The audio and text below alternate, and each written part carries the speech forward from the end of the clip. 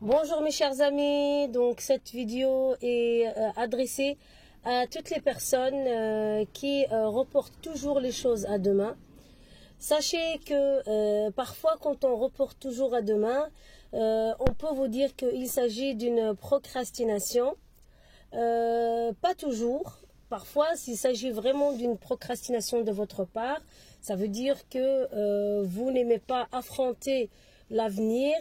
Et donc, ça vous fait tellement peur le fait de réussir et d'accomplir vos objectifs que vous reportez toujours à demain. Mais parfois, il s'agit aussi d'un retard imposé par la vie et imposé par le divin pour, si vous êtes croyant comme moi, pour vous protéger. C'est-à-dire que parfois la chose, elle tarde à venir parce que vous êtes pressé pour l'avoir ou alors délibérément elle ne vous vient pas et vous considérez cela comme un échec. Donc il faut faire très attention et il faut avoir l'esprit de discernement parce que parfois l'esprit de retard c'est pas seulement lié, le retard c'est pas seulement parce que vous êtes une personne qui est faible et qui n'accomplit pas tout ce qu'elle entreprend, mais parfois parce que le divin pour vous protéger, il essaye de ne pas vous donner cette chose à ce moment-là parce qu'il sait que si vous l'obtenez, soit vous allez vous égarer, soit vous allez enfler d'orgueil, soit vous allez être attaqué. Et donc, c'est pour votre bien de ne pas la recevoir maintenant parce que vous n'êtes pas, le Créateur ne vous a pas encore armé pour faire face à la jalousie. Et parce que beaucoup n'accepteront pas votre changement et n'accepteront pas votre réussite.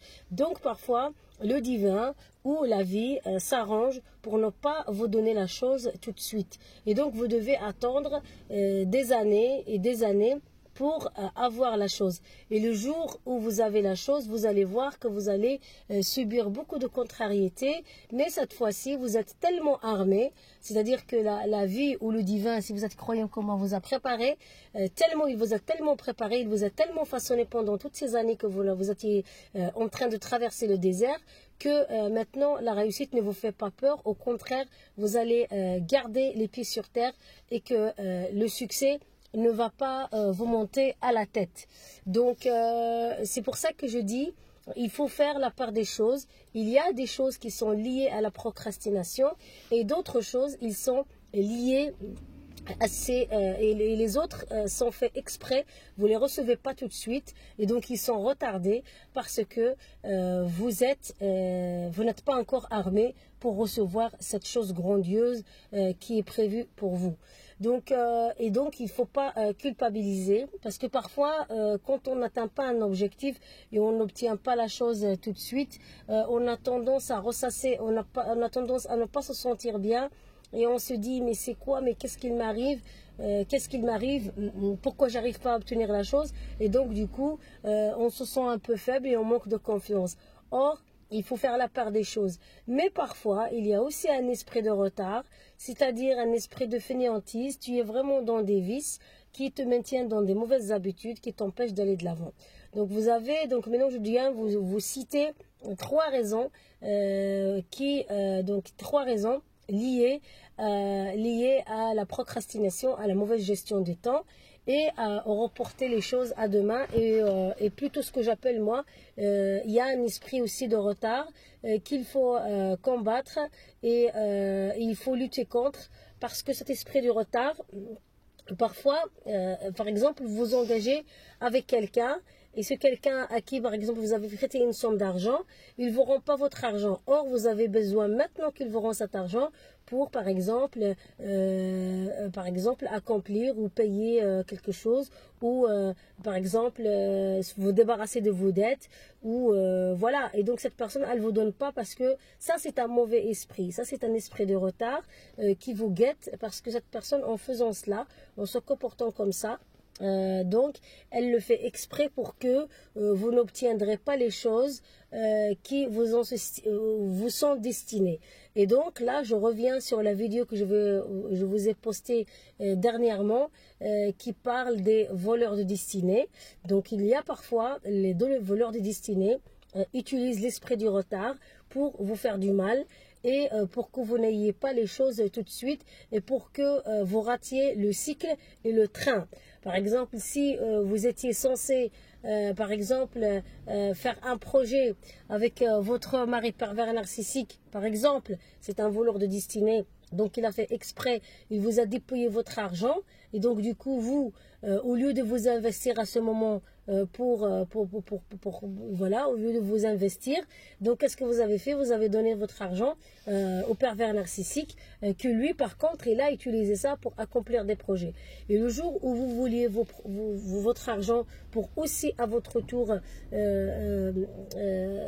investir dans votre affaire ou dans votre boulot ou dans vos affaires ou dans votre business ou n'importe, lui, à ce moment-là, il n'est pas présent. Et donc, du coup, vous avez perdu du retard parce que vous devez vous battre de nouveau pour trouver les fonds nécessaires pour accomplir un projet. Et à ce moment, le jour où l'occasion se représente, malheureusement, vous n'aurez pas d'argent pour l'accomplir tout de suite et sauter sur les opportunités. Donc moi je vous dis, faites la part des choses parce que les voleurs de destinée, comme je vous ai expliqué, ils utilisent votre temps. Ils utilisent votre temps, ils vous empêchent de attraper le train et attraper le train à temps. Donc ils le font exprès pour vous maintenir dans le retard et vous restez toujours derrière eux. Donc vous n'accomplissez jamais rien, par contre eux ils avancent. Donc ça c'est un esprit. Et puis il y a un esprit du retard qui est voulu par la création ou par la vie, mais ça c'est un esprit que le créateur ne veut pas que vous précipitiez maintenant.